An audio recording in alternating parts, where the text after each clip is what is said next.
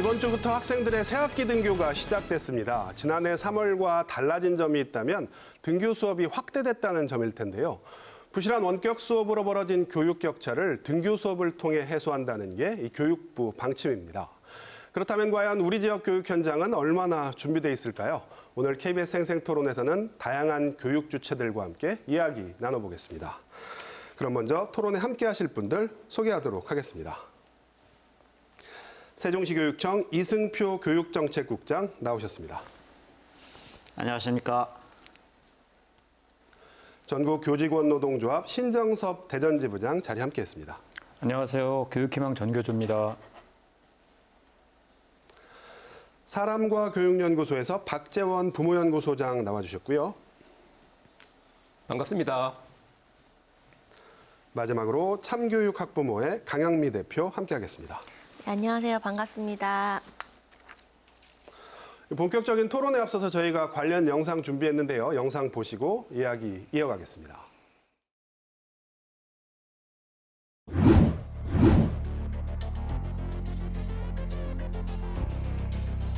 대전 지역은 오늘부터 유치원과 초등 1, 2학년 고3 학생들은 매일 등교하고 나머지 학생들은 전교생의 3분의 2까지 등교 수업을 받습니다.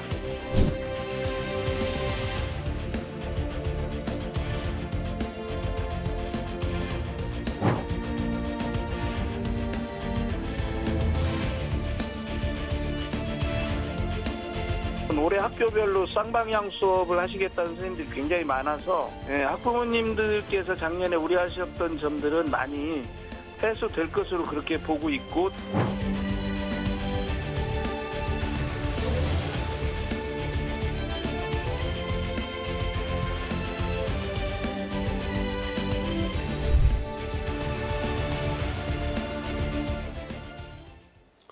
네, 지난해 영상 한번 보셨는데요.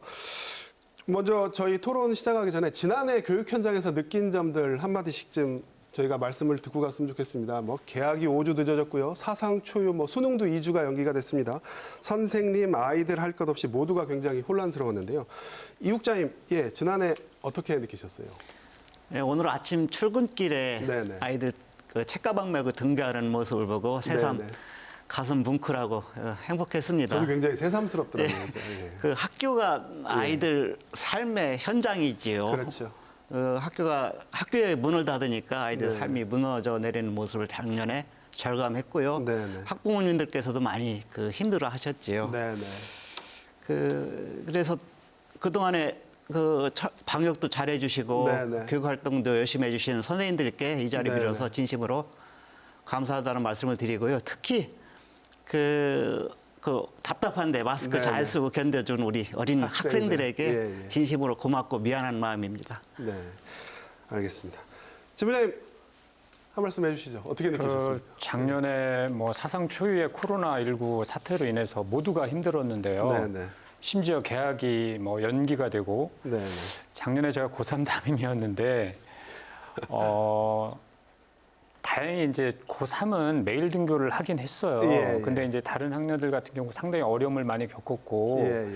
올해는 제발 이제 작년처럼 모두가 힘들어하는 일들이 좀 줄어들었으면 하는 그런 바람이 있는데 다만 1년의 경험을 겪었음에도 불구하고 여전히 학부모님들에게 믿음을 주기에는 좀 부족한 부분이 좀 있어서 모든 분들이 좀 힘을 합쳐서 좀 노력을 더 많이 했으면 좋겠습니다. 네. 그래서 오늘 토론이 좀 마련이 된 것 같고요. 우리 박 소장님 좀 객관적으로 좀 작년 한 해를 좀 반추해 주시죠. 예. 사상 초유의 온라인 수업이 있었죠. 네네. 선생님들이 그런 말씀들을 하시더라고요. 매일 공개 수업이다. 그렇네요. 소위 공교육의 민낯이 드러났다 이런 얘기들도 네네. 있었고요. 또 이제 학부모님들과 만나는 접점 시간도 아주 넓어졌습니다. 그러면서 올해 이제 등교 개학을 했는데 저는 이제 이 코로나 국면이 정말 우리 교육이 나아가야 될 방향, 공교육의 신뢰 회복 정상화에 밑거름이 되길 간절히 바라는 마음입니다. 결국은 이 공교육의 신뢰가 회복될 거냐 아니면 불신이 심화될 거냐 이런 시험대가 올해가 되지 않을까라는 생각을 하고 있습니다. 지난해는 너무 정신이 없었고 올해가 진정한 시험대가 될 거다. 상당히 공감이 가는 말씀입니다. 우리 강 대표님도 아이 키우는 거 너무 힘드셨죠? 어떠셨어요? 정말 힘들었어요. 네. 네, 그 등교도 연기됐고 네, 1년 네. 동안 정말 대면 수업이 아예 제한됐었잖아요. 예, 예. 그러면 사실상 제일 힘들었던 건 돌봄 문제였어요. 네. 특히 어린 아이들 같은 경우에 네, 네. 학교에서 돌봄이 안 됐고 네, 네. 제대로 안 됐고요. 그리고 지역 사회 돌봄도 다 문을 닫았어요. 예, 감염 예. 위험 때문에. 그렇죠. 그래서 학부모들의 돌봄이나 교육에 대한 부담이 굉장히 높아졌고요. 네, 네. 그로 인한 스트레스와 갈등도 예, 예. 많아졌어요. 예. 저학년의 경우엔 그랬고 또 중고등학교도 마찬가지인 것 같아요. 아이들이 이제 학교를 안 가다 보니까 네, 네. 생활 리듬이 다 깨지고 그렇죠. 예. 그러면서도 스스로 입시에 대한 불안감은 계속 커지는 거예요. 네, 그래서 네. 다른 친구들보다 내가 뒤떨어지는 거 아닌가 네. 그런 불안감을 많이 느낀다고 들었고요. 네, 네. 그리고 무엇보다 절실하게 느꼈던 거는 공교육의 역할과 소중함이었어요. 그래서 소중함, 예. 네, 작년 1년 동안 힘들었으니까 그 네, 경험을 바탕으로 해서 올해는 좀 공교육이 제대로 역할을 해줬으면 하는 네. 바람이 큽니다. 알겠습니다. 저희 그럼 이제 달라진 학사 일정 올해 얘기를 좀 해볼까요? 뭐 비대면 수업으로 학력 격차가 워낙 벌어지다 보니까 등교 수업을 확대한다는 게 기본적인 방침인 것 같습니다. 국장님, 예, 올해 학사 일정 어떻게 됩니까? 예, 그 학교의 일상을 회복하는 것이 저희들의 과제이고요. 학교의 오늘 일상을 학부모님 회복한다. 말씀 들으니까 예. 더 창구성이 더 커지네요. 네, 예, 책임감이 많이 느껴집니다. 열심히 하겠습니다. 작년에 5월 중순에 가서야 학교의 문을 열었잖아요. 네, 네. 올해는 아시다시피 3월 2일 날 정상적으로 등교를 했고 네. 비교적 순조롭게 좀 교육 활동이 이루어지고 있습니다. 네. 저희 세종 같은 경우만 해도 한 학생들 96% 이상이 네. 등교를 한 상태이고요. 네. 그래서 특별한 경우를 제외하고는 아이들이 학교에 와서 친구들과 만나고 선생님들과 함께 이제 공부를 하고 있습니다. 네.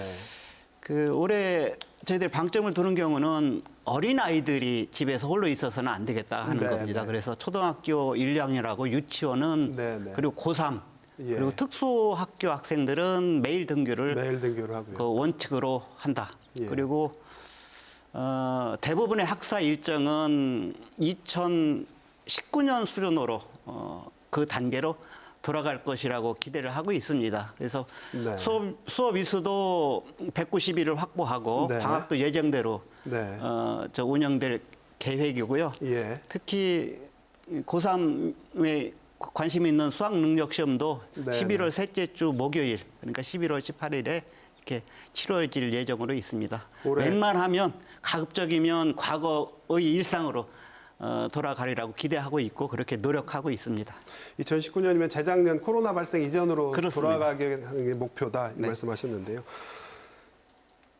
쉽지는 않을 것 같습니다. 예. 그런데 특히 선생님들 입장에서 보면 이제 등교 수업을 하면 기존의 수업도 해야 되고 또 원격 수업도 또 분명히 해야 되는 측면이 있잖아요. 지부장님, 이 선생님들 입장에서는 이제 두 가지 수업을 병행을 해야 되는 상황이잖아요. 물론 지난해 원격 수업을 하긴 했습니다만 초창기라 너무 혼란스러웠고요. 올해는 학부모들 눈높이가 높아져서 제대로 된 원격 수업을 해야 될 것 같은데 참 선생님들 많이 어려우실 것 같아요. 예, 선생님들 많이 힘드십니다. 지금 대면 수업, 원격 수업, 게다가 뭐 발열 체크나 자가 진단, 네, 네. 뭐 생활 지도, 네. 게다가 또 과중한 행정 업무까지 다 도맡아 하시기 때문에 그래도 학교가 좀 안전하게 지금 진행되고 있다라는 그런 생각이 들고요. 네, 네. 국장님이 조금 전에 이제 바람을 말씀을 해주셨는데 네, 네. 저는 개인적으로 2년 전으로 돌아가기는 어렵다 이런 네. 생각이 듭니다. 우리가 포스트 코로나 이후 교육에 대해서 정말 네, 네. 진지하게 검토를 해야 된다는 생각이 들고요. 작년 12월 31일 날 제가 SNS에 이런 그 희망을 썼어요. 제발 2021년 올해 새해에는 아이들의 온 얼굴을 좀 보면서 수업을 좀 했으면 좋겠다. 온 얼굴이라는 게 예. 마스크를 쓰지 않은. 마스크를 그러니까 벗은 얼굴이요. 지금 예. 얼굴의 일부를 가리고 있잖아요. 네, 네.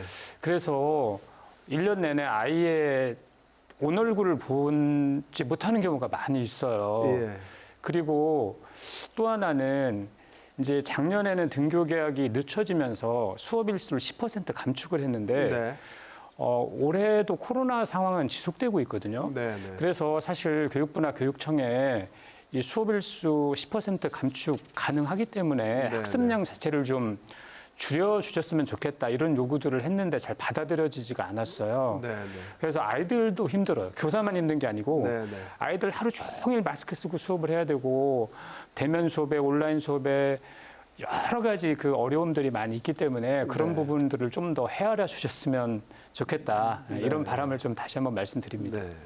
뉴 노멀을 대비해야 한다. 그리고 아직은 완전한 정상은 아니기 때문에 좀 뭔가 플렉서블한 정책이 필요하다고는 말씀인 것 같은데요. 지부장님 조금 오해가 좀 있어서 네네네. 그 과거의 교육 방식으로 돌아가자고 하는 것은 아니고요. 네네네. 그, 정상을 되찾던 말씀이신 학교에 거죠? 아이들이 예. 와서 웃고 떠들고 네, 선생님들이 그 아이들을 매일 대면하고 소통하고 네, 그런 네. 모습으로 돌아가자고 하는 의미이고요. 네. 그다음에 학습량 적정화에 대해서는 네. 지금도 학교에서 얼마든지 예, 예. 선생님들끼리 모여서 내용을 재구조화할 수 있고 네네. 그에 대한 또 집단 지성이 필요하다다고 생각합니다. 네. 차츰 이 선생님들과 같이 협의해 나가겠습니다. 네. 뭐 벌써 학습량을 어떻게 하느냐 이 논의가 나왔는데요. 네. 예, 예. 소장님 뭐. 네. 예.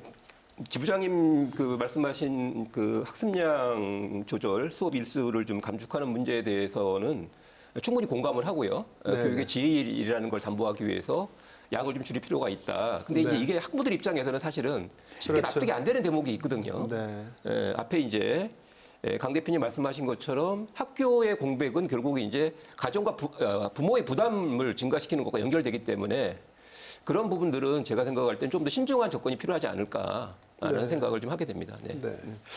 알겠습니다.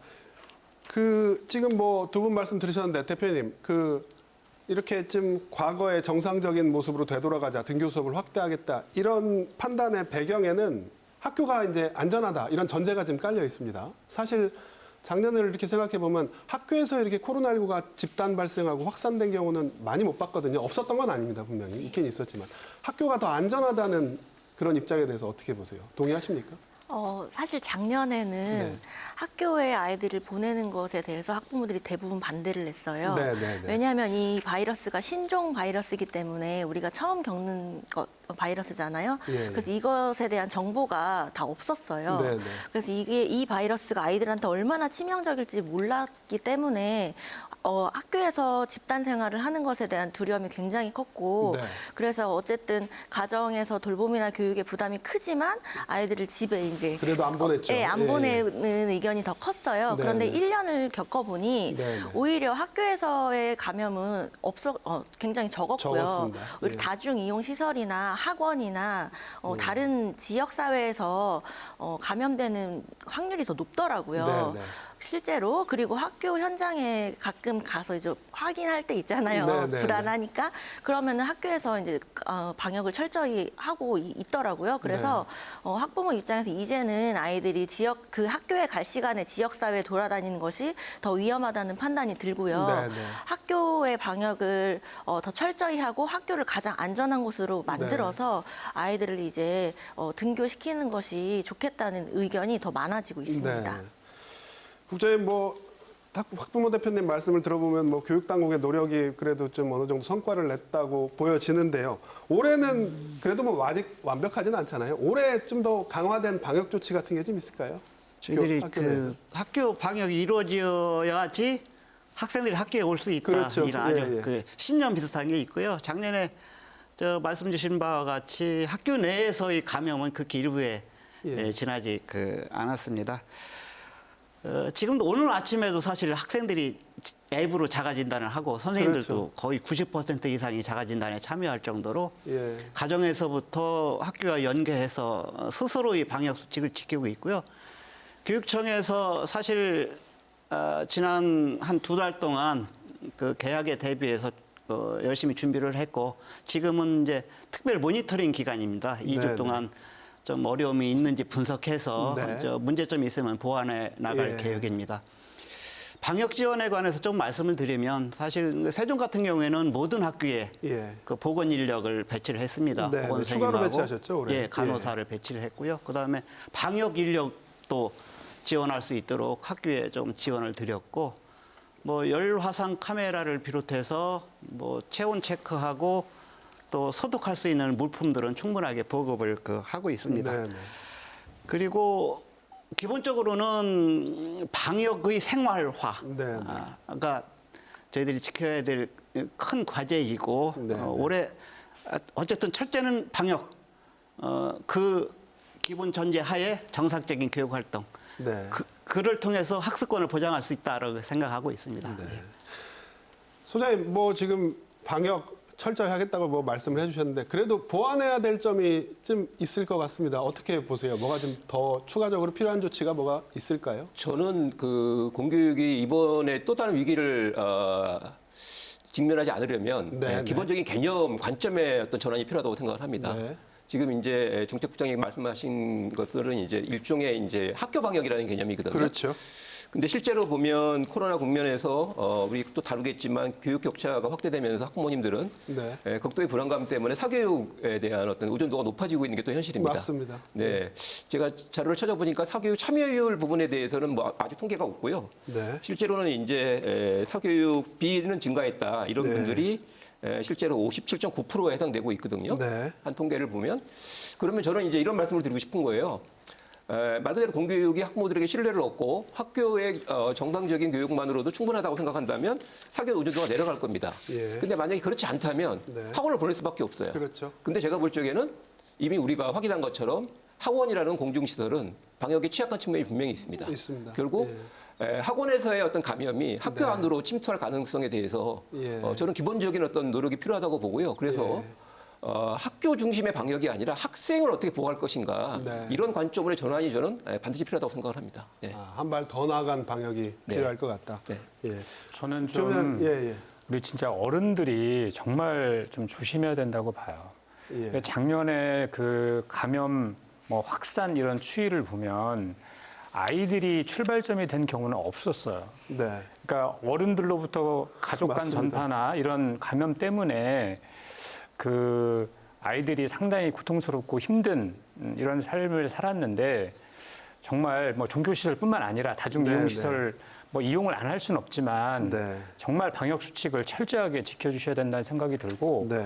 그리고 이제 학교가 이제 안전한가 이 부분에 대해서 사실 교육 당국이나 학교가 정말 최선의 노력을 기울이고 있습니다. 네. 그래서 이제 보건 선생님 그리고 교육활동 지원 인력이 이제 중심에 서고 네. 또 다른 교직원 분들도 이제 뭐 당번제를 하거나 이렇게 해서 네. 일찍 오셔서 발열 체크하시고 거리두기 생활지도 하고 급식 생활지도 하고 이런 정말 거의 희생에 가까운 그런 노력들을 맞습니다. 하고 계시거든요. 그래서 그런 노력들이 물거품이 되지 않도록 네. 네. 정말 우리 지역 사회가 네. 어른들이 정말 협조를 잘 해주셔야 된다고 봅니다. 네, 저는- 대표님, 네. 네. 어떻게 보세요? 지금 제가 알기로는 학교에서 교사들이 아이들 발열 체크하고 그리고 또 보건교사가 방역 업무까지 맡아서 하는 걸로 알고 있어요. 네.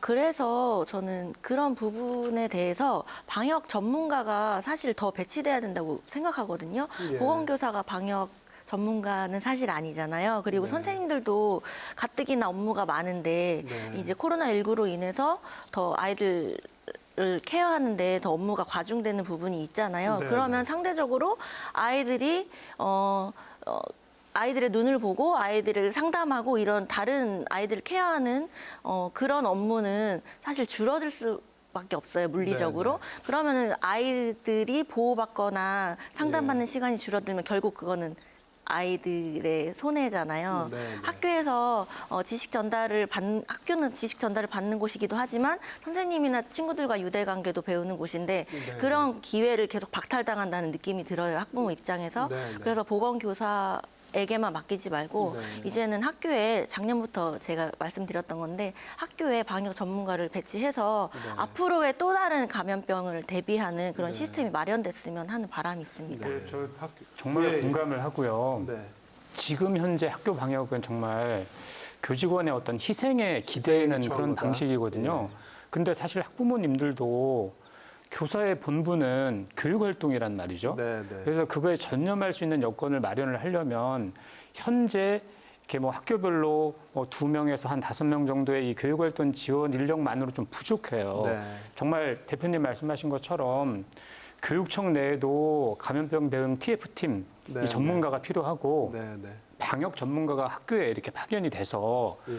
보다 체계적으로 대응하는 그런 시스템이 앞으로 좀 보완이 되면 훨씬 더 좀 안전하게 네. 학교 생활을 할 수 있을 것 같습니다.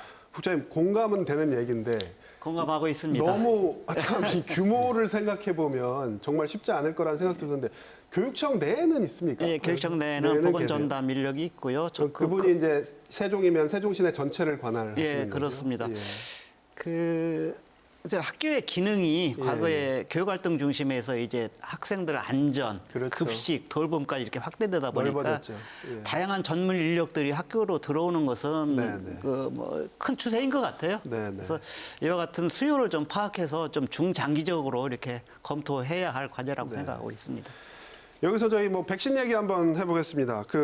정교조에서 얼마 전에 성명을 내셨죠. 많은 분들이 공감하셨고 그래서 논의도 이루어지고 있는데 학교에서 아이들을 가르치는 선생님들이 먼저 백신을 맞도록 하자라는 주장이셨습니다. 예, 한번 설명을 좀 부탁드려도 될까요? 예, 저희가 이 교사나 이 교직원을 최우선으로 이런 얘기는 아니고요. 네, 네. 당연히 이제 집단 시설이나 의료진 이런 방역의 최일선에 계신 분들이 최우선적으로 지금 백신 이제 네. 접종이 시작이 됐잖아요. 먼저 맞고 계시죠. 예, 근데 이제 현재 그 접종 계획에 따르면 이제 교사들은 한 7월 정도는 돼야 3분기에 이게 접종이 가능한데 네. 아시다시피 보건교사나 돌봄 종사하시는 분들 그리고 이 장애아동 특수교육을 하시는 분들 같은 경우에 네. 그 많은 그 아이들을 실제로 대하고 감염 우려가 크기 때문에 그분들이 건강해야 우리 아이들도 좀 보호를 할 수 있잖아요. 그래서 지금 교육부가 이 보건교사와 돌봄 종사자부터 네. 이렇게 조금 앞당기는 계획을 검토하고 있다고 제가 알고 있어요. 근데 네. 이 보건교사나 돌봄 특수교사에 한정하지 말고 네. 이제 백신 수급 계획에 따라 물론 달라질 수는 있겠지만 다른 나라 사례를 봐도 네. 안전한 학교를 위해서는 이 교사들, 이 교직원을 좀 더 이렇게 2분기 정도로 이렇게 앞당긴다거나 네, 네. 그런 노력들을 좀 더 적극적으로 기울여 주셨으면 하는 그런 바람입니다. 수님 지금 저런 조치 필요하다고 보십니까? 어떻게 보십니까? 예, 이제 당연히 필요하다고 저는 생각을 합니다. 당연하다? 근데 이제 예. 이제 문제는 뭐냐면 사실 이제 국민 여론이라는 게 있지 않습니까? 네, 네. 이게 어떤 거에 정책적인 우선순위를 두느냐에 따라서 네, 네. 결국은 이제 의사결정이 될 텐데 안타깝게도 이제 저만 그런지 모르겠지만 학교 선생님들 신뢰가 우리 사회에 높지 않은 상황에서 네, 네. 그런 어떤 그 교사단체 또는 학부모님들의 요구가 이런 우선순위에 밀리는 것은 아닌가라는 그런 느낌이 좀 있어서 좀 아쉽습니다. 네. 당연히 필요하다는데 방점을 찍으셨고요. 대표님도 같은 생각이신 거죠?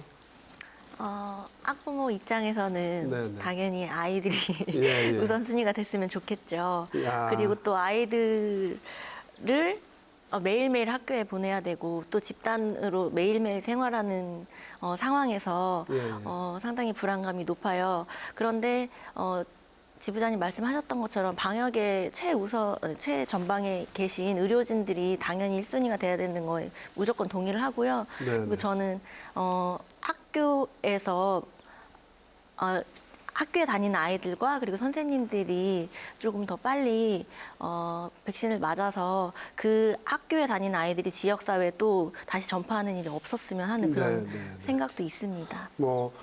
어린 18세 미만 청소년들이 백신을 맞는 건 안전과 관계가 있어서 좀 시간이 필요할 것 같습니다. 그렇지만 일단 선생님들이라도 먼저 백신을 맞는 게 교내 전파를 막을 수 있는 길 아니냐. 예. 교육당국에서 좀 논의가 되고 있죠. 예, 교직원 그 우선 접종과 관련해서는 교육부에서 예. 방역 당국하고 현재 협의를. 논의 중에 있는 것으로 알고 있고요. 예, 예. 저도 개인적으로는 백신을 빨리 맞고 싶지만 저보다 네네.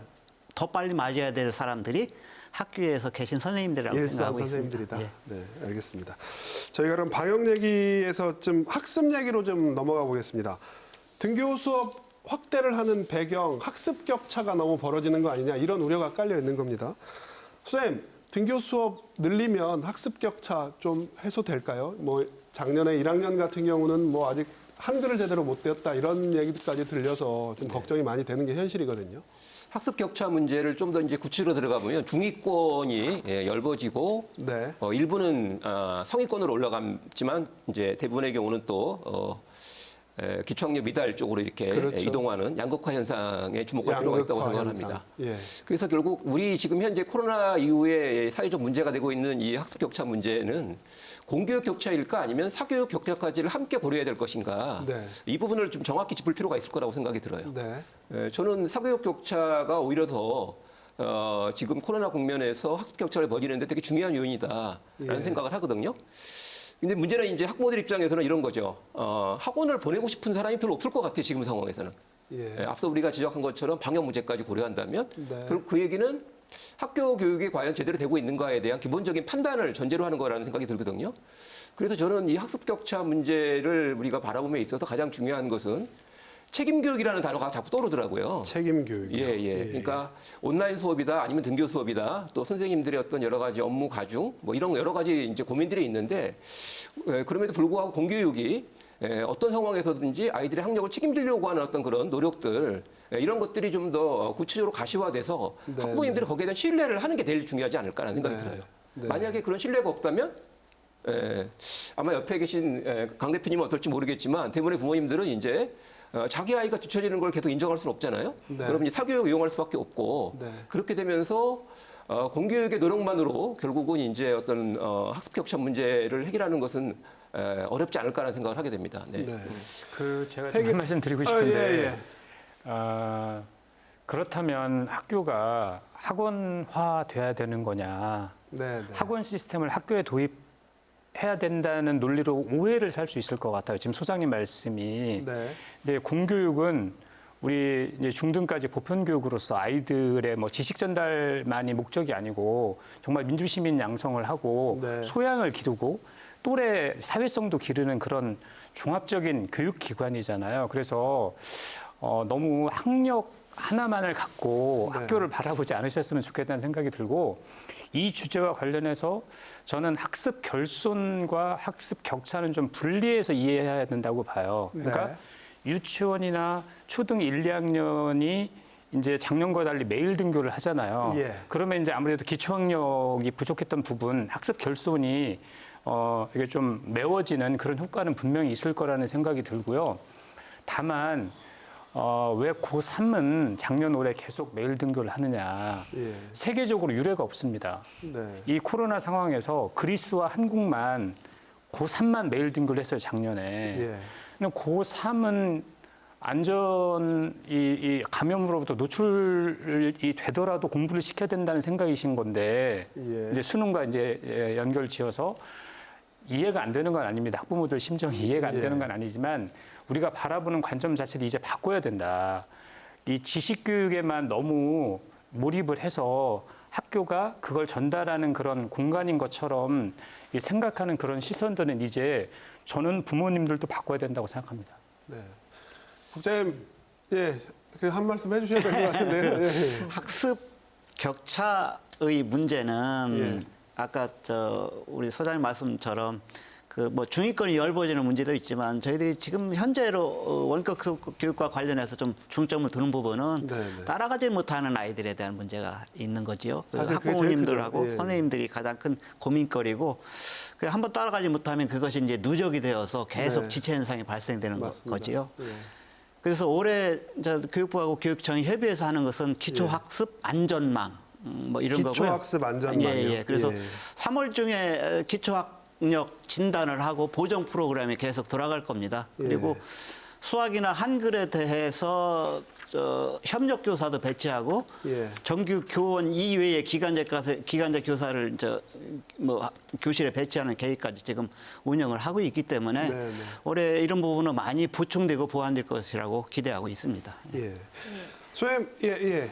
네. 예, 대표님 뭐 하실 말씀 있으세요? 예. 네, 저희 단체에서 다른 교육단체랑 함께 시민들 1만 명을 대상으로 설문조사를 했었어요. 네네. 네, 2020년도 원격 수업을 하면서 사교육에 의존하는 비율이 높아졌느냐라고 질문을 했는데 무려 64.4%가 그렇다고 대답을 높아졌다? 했거든요. 예. 아까 말씀드렸듯이 학부모뿐만이 아니라 중고등학생들도 입시에 대한 불안감이 계속 있는 거예요. 집에 그렇겠죠. 있으면서. 그래서 학습 때문에 그 학습 결손을 채우려고 다니는 경우도 있고 네. 또 돌봄이 안 되니까 네, 가는 학원으로 경우도 보내는 있고. 경우도 예. 굉장히 늘어났어요. 예. 근데 사실 사교육에 의존하는 비율이 클수록 학습 격차는 벌어질 수밖에 없잖아요. 왜냐하면 그렇겠죠. 가정 환경이 다 예, 다르니까. 그래서 공교육이 존재하는 이유는 어쨌든 평등 교육을 지향하고 네. 교육의 기회를 균등하게 주려는 게 목적이잖아요. 그래서 원격 수업을 좀 줄이고 대면 교육을 높일수록 학교에 아이들이 등교하는 시간이 많아질수록 어쨌든 더 평등한 교육이 이루어질 거라고 저는 보고 기대도 하고 있습니다. 네, 그래서 등교 수업을 좀 더 늘려야 하는 거 아니냐 이런 의견을 주셨는데요. 그래도 원격 수업을 안 할 수는 없는 상황입니다. 지금 뭐 분명히 3분의 1 이상은 원격 수업을 해야 되고요. 원격 수업 어떻게 하면 더 잘할 수 있을까요, 선생님?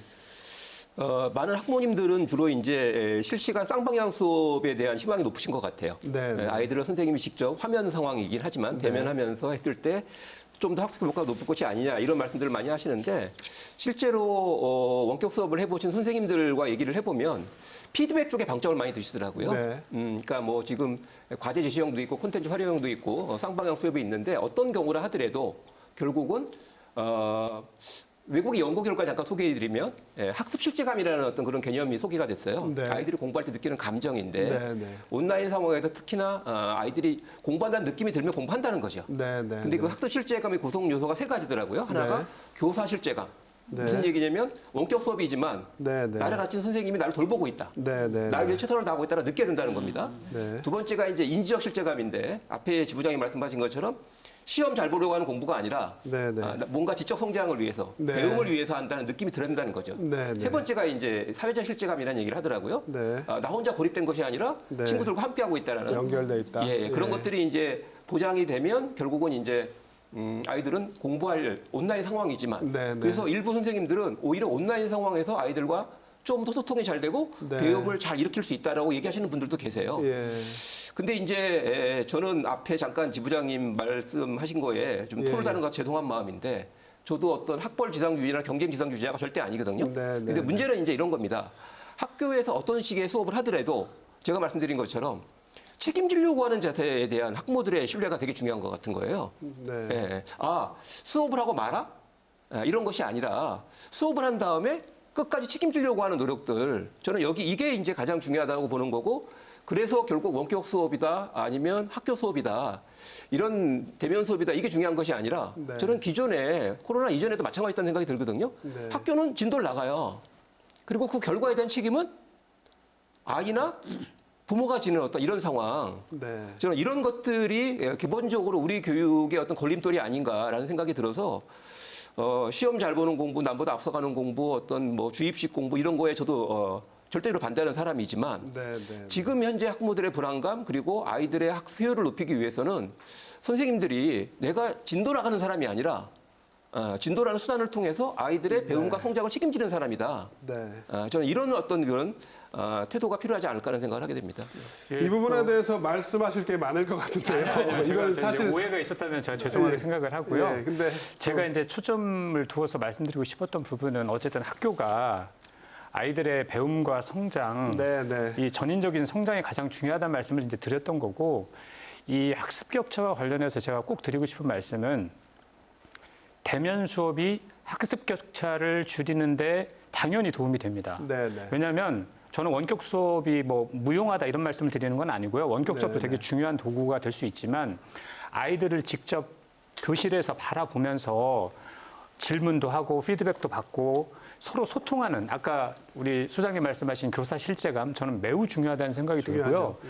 그래서 저는 학교가 방역이 철저하다는 전제 하에서 조금씩 유치원, 초등 뭐 1, 2학년 고3 말고 더 확대하는 부분도 저는 적극적으로 검토해야 된다는 생각이 들고요. 그리고 이 원격 수업의 질 향상을 위해서 교사들이 이제 부족한 부분이 있다면 더 최선의 노력을 기울여야 되겠지만 화요일부터 한 3일 연속 이 EBS 그 온라인 클래스가 시스템이 되게 불안정하고 네, 네. 예. 불만들이 되게 많았어요. 일이 있었죠. 예, 예. 저는 작년 1년의 경험을 했는데도 불구하고 이 교육부가 너무 안일하게 대처했다. 예. 너무 늦게 이 시스템을 구축을 해서 시범 운영을 했거든요. 네. 조금 더 일찍, 더 철저하게 준비를 했어야 학부모들에게 그리고 이 교사들에게 신뢰를 줄 수 있지 않았을까. 국장님 어떻게 생각하시나요? 오늘 자꾸 패널 분들이 딴 길로 새시려고 하셔가지고 제가 지금 길 안내를 좀 하겠습니다. 국장님, 원격 수업 질 당연히 중요합니다. 작년하고 비교해서 좀 올해 좀 다르게 도입된 게 있나요? 선생님들 부담도 올해 이제 그렇고. 공공 학습 관리 시스템, 네네. 저 EBS하고 캐리스에서 운영하는 이 네네. 학습터를 이렇게 통합해서 국가가 직접 관리하는 시스템을 만들었고요. 일부 네네. 좀 문제점이 있긴 하지만 보정이 완료가 됐다고 해요. 그래서 다음 네네. 주부터 정상적으로 작동하길 기대하고 있고요. 그 사이트에 가면 뭐 학습 관리, 학습 이력 관리, 그다음에 뭐 출석 관리, 그다음에 컨텐츠 관리 뭐 이런 것들을 학생과 교사 또 학부모가 이렇게 활용할 수 있는 시스템이 올해 본격적으로 가동이 되는 거고요. 네. 그다음에 아까 저 소장님하고 우리 저 지부장님 말씀 주신 거 좀 보충해서 말씀드리면 이 코로나의 상황에서 정말 정작 이 수업의 형태나 방법보다 더 중요한 것은 학생과 교사가 소통하고 학부모와 함께 피드백하고 이런 그 일련의 마음적인 과정이 굉장히 중요한 요소가 되어 있지요. 그래서 올해 작년 경험을 토대로 해서 이런 그 시스템과 또 운영 방식의 변화를 통해서 올해 좀 더 발전적인 모습으로 학교 교육이 이루어지지 않을까 기대를 하고 있습니다. 네. 저희 주제를 좀 넘어가겠습니다. 예. 이번에 학생 평가 얘기를 좀 해볼게요. 지금 원격 수업 질 얘기했지만 사실 이제 학생 평가 방법도 이제 온라인으로 수행 평가를 한다. 평가 방법도 굉장히 다양해지거든요. 근데 하지만 평가의 핵심은 공정성이잖아요.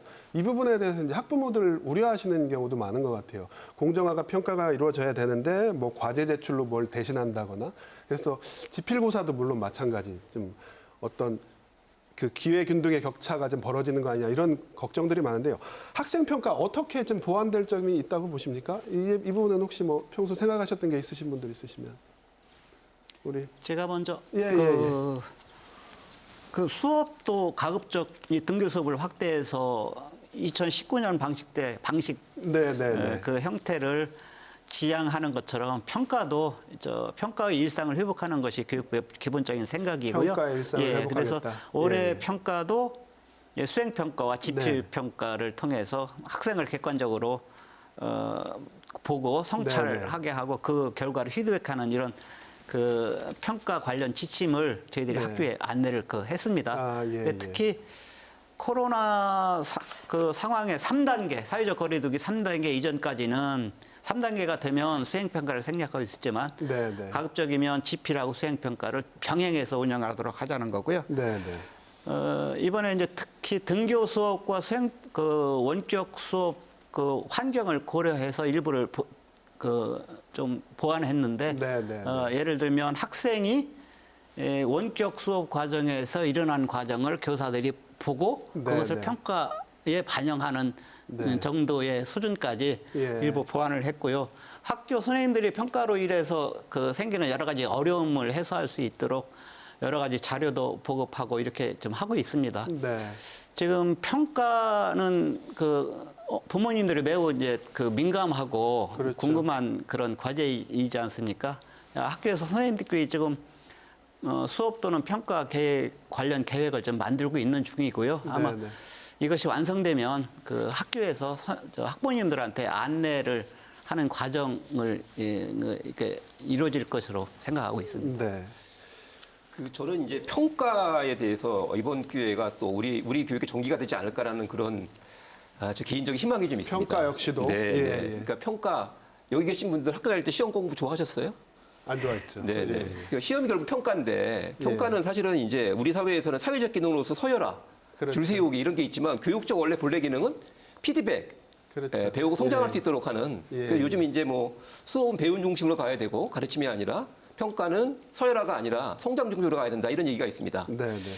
그 사실 제가 볼 적에 우리나라 부모님들은 특히나 아직까지 그런 교육학적인 의미의 정상적인 평가보다는 줄 세우기 평가, 우리 아이의 위치. 목을 매죠. 여기에 매달리는 것 같은데 왜 그런가 생각해 보니까 진정한 평가를 경험하지 못한 경험의 한계라는 생각이 좀 드는 거예요. 그러니까 만약에 우리 아이가 시험을 봤는데 점수가 나빠. 근데 문제는 뭐냐면 그 나쁜 점수가 문제가 되는 것이 아니라 정확한 피드백이 이루어지는 거죠. 그렇게 해서 우리 아이가 좀 더 공부에 대한 의욕을 갖게 돼. 이런 정상적인 평가를 경험할 수 있는 매우 좋은 기회가 아닐까. 학부모님들과 많은 얘기를 해보면은요. 공정한 평가에 대한 어떤 그런 간절한 요구가 있어요. 근데 그 이면에는 거듭 말씀드리지만 진정한 평가를 경험하지 못한. 그래서 이번 기회에 정말 제대로 된 평가가 이루어져서 특히나 앞에도 얘기했던 어떤 원격 수업의 한계 그리고 격차 문제까지로 종합적으로 고려한다면 저는 공교육이 정말 사력을 다해서 진정한 평가를 한 명 한 명한테 정석화 해주는 것이 정말 의미가 있지 않을까라는 생각을 하게 됩니다. 저 소장님 말씀에 정말 공감을 많이 하는데요. 그래서 제가 꼭 드리고 싶은 말씀이 이제 올해 달라진 점이 이제 동영상 수행 평가도 이제 인정을 받죠. 하잖아요. 그러면 그게 뭐 부모가 만들었는지 아이가 제작했는지 뭐 그런 이런 걱정이 식의 사실 있거든요. 그런 식의 어떤 공정성 논란 이런 게 늘 불거져요. 근데 저는 이 공정이라는 키워드로 우리 사회를 이렇게 잣대로 삼는 것이 과연 정말 필요 충분한가? 저는 소장님 말씀에 너무 공감을 하는데요. 당연히 공정해야 합니다. 그 부분은 다 인정을 하는데 저는 학교와 이 교사의 재량권, 이 평가권을 더 확대해줘야 된다고 생각해요. 지금은 교육부가 그리고 교육청이 어떤 일사불란한 가이드라인을 딱 주고 그 안에서만 움직일 수 있거든요. 어느 정도는 필요하겠지만 그 자율권을 좀 더 늘려주셔야만 정말 교사가 내가 가르친 아이를 평가를 하고 부족한 부분을 서로 소통하면서 메우는 그런 어떤 쌍방향의 그런 그 교육 활동들이 이루어질 수 있는 것이지 무조건 표준화 검사를 통해서 서열만 매기는 그런 방식은 이제 코로나 이후 시대에는 저는 지양해야 된다. 그렇게 봐요. 강 대표님 할 말씀이 제일 많으셨을 것 같은데 오래 기다리셨습니다. 예전에 뭐 수시를 줄이고 정시를 정시를 늘려야 늘린다고 된다 했을 때. 이런 논란도 있었잖아요. 그때 이제 많은 학부모들이 걱정했던 것은 선생님들의 평가가 과연 공정한가? 선생님들을 믿을 수 있는가였어요. 근데 사실 저는 교사와 학부모 간의 신뢰가 없으면 어떻게 학교를 보내냐라고 생각을 해요. 기본적으로 교사를 신뢰하고 교사가 학생들을 바라보는 평가를 믿어야 된다고 생각하고요. 그 평가 기준이 학부모들이 신뢰할 수 있는 기준인가도 중요하다고 봐요.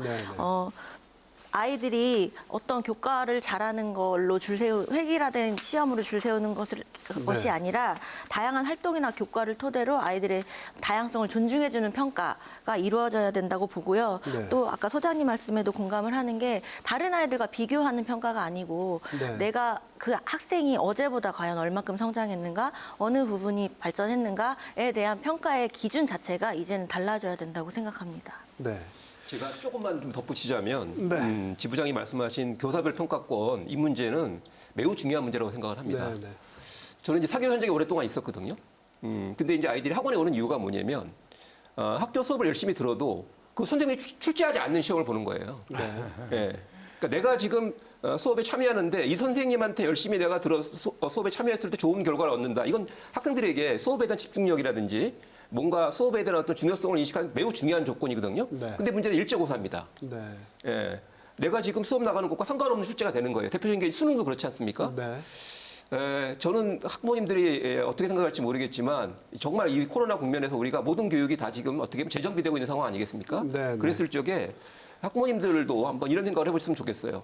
우리 아이가 공부를 열심히 할 수 있는 그런 평가는 뭘까? 과연 부모님들의 욕구대로 정확한 객관적인 공정한 평가일까? 아니면 우리 아이가 좀 더 공부를 열심히 할 수 있는 그런 환경과 기회를 제공하는 것일까? 이런 측면에서 저는 집 부장님 말씀하신 것처럼 교사별 평가권에 대한 좀 과감한 도입이 필요한데 안타깝게도 여전히 걸림돌은 대표님 부족하다? 말씀하신 것처럼 그래서 정말 저는 이번 기회에 우리나라 공격 선생님 좀 화이팅을 하셔가지고요. 좀 신뢰를 회복했으면 정말 좋겠어요. 알겠습니다. 저희가 뭐 다른 얘기 준비한 얘기는 많은데 시간이 부족해서 이제 좀 마무리 발언을 들을 시간이 된 것 같습니다. 저희 뭐 뉴노멀 얘기 나왔고 완전한 일상으로 회복은 불가능할 거다 이런 전망도 주셨는데요. 그럼 우리 미래 교육을 위해서 가장 시급한 과제는 무엇이냐? 특히 또 등교 수업 관련해서 학생들의 안전도 중요하잖아요. 이런 과제들 어떻게 국장님부터 저희가 마무리 발언을 좀 부탁드려도 될까요? 이번 코로나를 겪어가면서 우리 저뿐만이 아니고 우리 인류에게 주는 교훈이 몇 가지 네. 있는데 매우 많지만은 그래도 저는 그 환경 파괴에 대한 경고, 네. 우리 삶의 방식에 대한 그 변화 요구, 뭐 이런 식으로 이런 정도로 제가 제 나름대로 이제 분석을 하고 있습니다. 그 혼자 빨리 가는 것보다 같이 함께 가는 것이 중요한 네. 그 화두가 되어가는 것 같고요. 그래서 학교에서의 교육의 내용과 방식도 뭐 서열과 뭐 등급을 정해서 네, 네. 뭐 줄 세우기식의 교육보다는 네. 그 연대 또는 소통, 협력, 배려, 공감 뭐 이런 그 화두들이 교육 내용 속에 포함되었으면 좋겠고 교육의 방식도 그렇게 바뀌어갔으면 좋겠습니다. 그런 계기가 됐으면 좋겠다. 그렇습니다. 네. 예, 예, 저는 좀 특히 이제 장애 아동이나 네. 이렇게 취약계층 아이들에게 어떤 돌봄이나 학습 공백이 생겨나지 않도록 학교만 노력하는 것이 아니라 우리 부모님과 이 지역 사회가 함께 노력하는 그런 시스템을 좀 더 보완해야 된다는 생각이 들고요. 그리고 아까도 잠깐 말씀드렸지만 코로나 이전의 과거의 교육 방식에서 좀 과감하게 벗어나서 정말 배움과 성장 이런 미래 교육을 대비할 수 있는 그런 시스템을 대면 교육을 기본으로 하되 원격 수업을 이렇게 접목해가는 네, 그런 네. 혁신이 이루어질 수 있도록 모두가 노력을 했으면 좋겠습니다. 혁신의 계기로 삼자 말씀이셨고요. 예, 선생님. 제가 학부모 커뮤니티를 하나 운영하는데요. 네, 거기에 네. 올라온 글을 잠깐 좀 읽어드리고 싶습니다. 네. 아이들이 학교 오면 이 학습, 온라인 학습이겠죠. 어떻게 하고 있는지, 어려운 점은 뭔지, 어떻게 하면 더 학습 능률이 오를지 물어봐야 하는 거 아닙니까? 네. 기본도 제대로 못하면서 날마다 미래가 어쩌고 저쩌고 떠드는데 염치가 가뭄입니다. 이런 표현을 쓰셨습니다. 네. 미래교육은 현실부터 출발해야 된다고 생각을 합니다. 많은 미래 담론들이 있는데 저도 이제 그 현장을 뛰어다니고 있거든요. 근데 늘 허무하다는 생각이 들어요.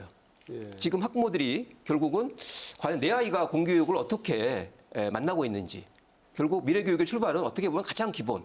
내 아이가 우리나라 공교육으로부터 관심받고 있다. 네. 우리 아이의 선생님이 우리 아이를 존중하고 있고 잘 되길 바라는 마음으로 열심히 지도하고 있다.